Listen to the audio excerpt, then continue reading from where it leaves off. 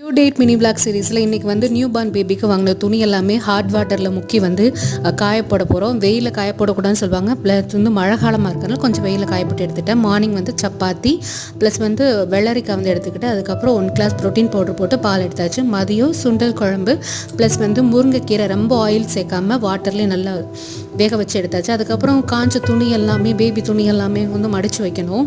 So அவங்க தேவையான dresses ஒரு 7 நாள் இருக்குமோ 5 நாள் இருக்குமோ அதுக்கு தேவையான ட்ரெஸ்ஸஸ் அப்புறம் ட்ரை ஷீட் டைஃபர் முதற்கொண்டு வாங்கியாச்சு. அந்த கவர்மெண்ட் ஹாஸ்பிட்டலில் கொடுத்துருப்பாங்களா நியூட்ரிஷன் கிட்டு அந்த கூட எடுத்து இவங்களுக்கான துணியை மட்டும் கிளாத்தை மட்டும் அதை எடுத்து அப்படியே முடிச்சாச்சு. இனிமேல் என்னோடய ட்ரெஸ்ஸஸையும் வந்து ப்ரிப்பேர் பண்ணணும்.